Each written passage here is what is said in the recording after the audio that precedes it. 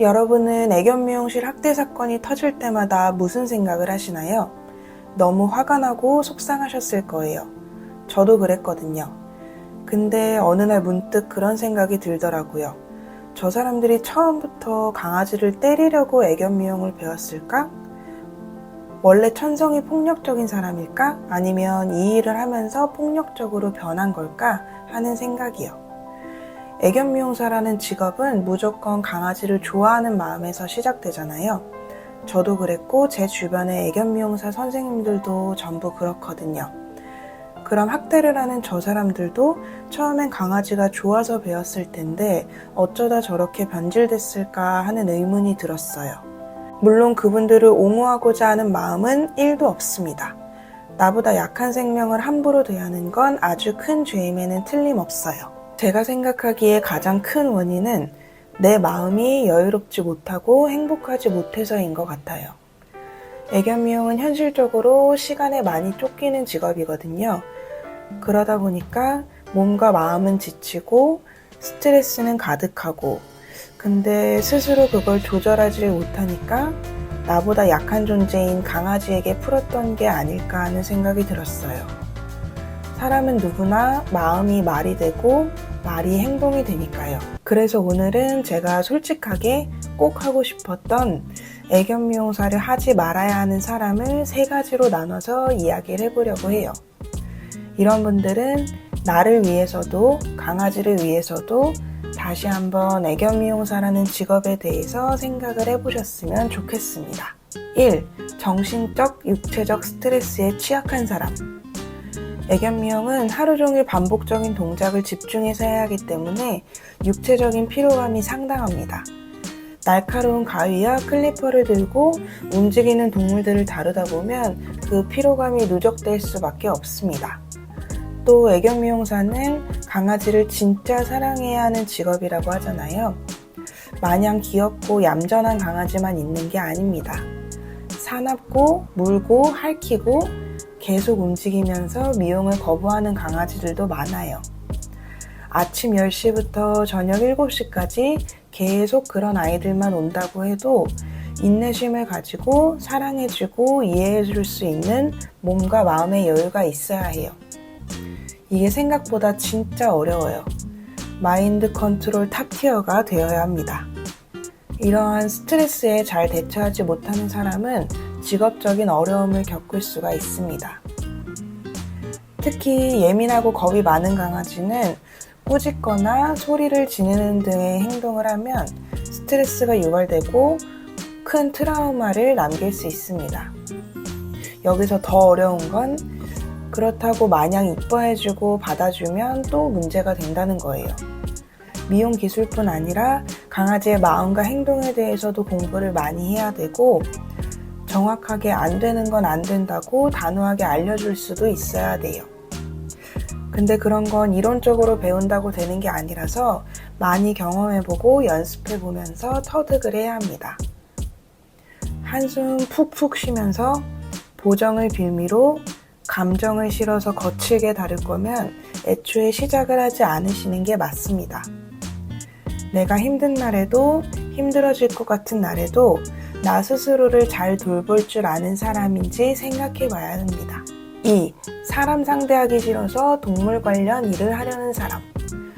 애견 미용은 강아지를 미용하는 일이기는 하지만 강아지를 데려오고 상담을 하는 건 보호자님, 즉 사람입니다. 강아지가 좋아서 시작했다가 사람에게 지쳐서 그만둔다는 말이 있을 정도로 애견 미용사를 꿈꾸는 분들이 미처 생각하지 못하는 부분인데요.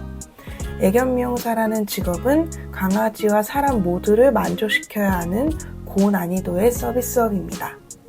어느 업종에나 있는 진상 고객은 당연히 있고요. 그 때문에 마음의 상처와 스트레스를 받을 수 있습니다. 미용하는 것만으로도 힘든데 보호자님까지 까다롭고 예민하시다면 진짜 힘들거든요. 그래서 멘탈이 아주 시멘트 바닥처럼 단단한 사람이어야 합니다. 까다로운 요구사항이나 말도 안 되는 불만을 들었을 때도 짜증나네, 이 정도면 됐지 할 게 아니라 나의 부족함을 인정하고 더 발전시킬 수 있는 계기로 삼을 수 있어야 합니다. 물론 악의적인 컴플레인은 제외하고요. 예를 들어 왜 이렇게 비싸요? 라고 하실 때 속으로 떨댈 게 아니라 나의 가치를 설명할 절호의 찬스다 라고 오히려 좋게 생각할 수 있어야 합니다. 그리고 친절하게 애견미용 가격이 지닌 가치에 대해서 설명을 하고 그래도 이해가 안 되시면 저렴한 곳으로 가세요 할 수 있는 정도의 강철 멘탈이어야 합니다. 좀 극단적이긴 하지만 이보다 더 심한 컴플레인이 많습니다. 세상에는 상식을 뛰어넘는 다양한 종류의 사람들이 있고요. 그래서 럭키비키한 마인드여야만 상처받지 않고 이 직업을 지속할 수 있습니다. 3. 동물에 대한 공감 능력이 부족한 사람. 애견미용은 단순한 미용 작업이 아니라 강아지와 소통하고 그들의 감정을 이해하는 것이 중요합니다. 강아지를 대하는 데 있어서 인내심과 섬세함이 부족하다면 스트레스를 받는 강아지와 애견미용사 모두에게 좋지 않은 결과를 가져올 수 있습니다.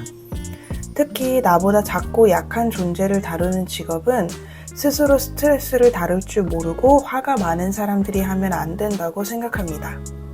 사람이 365일 한결같을 수는 없거든요. 컨디션이 너무 안 좋은 날도 있고 몸과 마음이 너무 지치는 때도 있는데 그렇다고 미리 잡혀있는 예약을 취소할 수도 없어요. 근데 그 상태로 미용을 하게 되면 당연히 손길이 거칠어지고 강아지들도 다 느낍니다.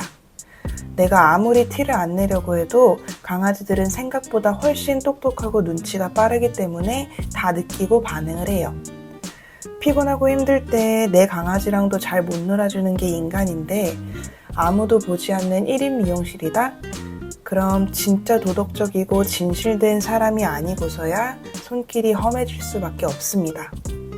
물론 CCTV가 있지만 학대한 사람들 모두 CCTV가 있는 걸 알면서도 그랬다는 걸 생각해보면 평소의 마음 때문에 나도 모르게 그런 행동이 자연스럽게 나온 게 아닐까요? 이처럼 강아지를 좋아한다고 해서 모두가 애견미용사에게 적합한 것은 아닙니다. 만약 내가 이 직업을 통해서 진심으로 강아지들과 소통하면서 건강과 행복을 책임지는 중요한 역할을 하고 싶다면, 할 수 있다면 저는 무조건 응원합니다. 어려운 만큼 보람도 큰 직업이고 꾸준히 성장하는 반려동물 시장에서 애견미용사의 가치는 더 높아질 거니까요. 다만 앞에서 말씀드린 내용들을 참고해서 개인의 적성과 흥미를 고려해서 신중하게 선택하셨으면 좋겠습니다. 그리고 마지막으로 애견미용실 창업 전자책 신청을 받아보니 막연히 궁금한 마음으로 신청하신 분도 계셨지만 절실한 마음으로 신청하신 분들도 계셨어요. 신청자가 많아서 일일이 답변을 드리기는 어려울 것 같고 몇 분이라도 상담을 해드리면 어떨까 생각을 했어요.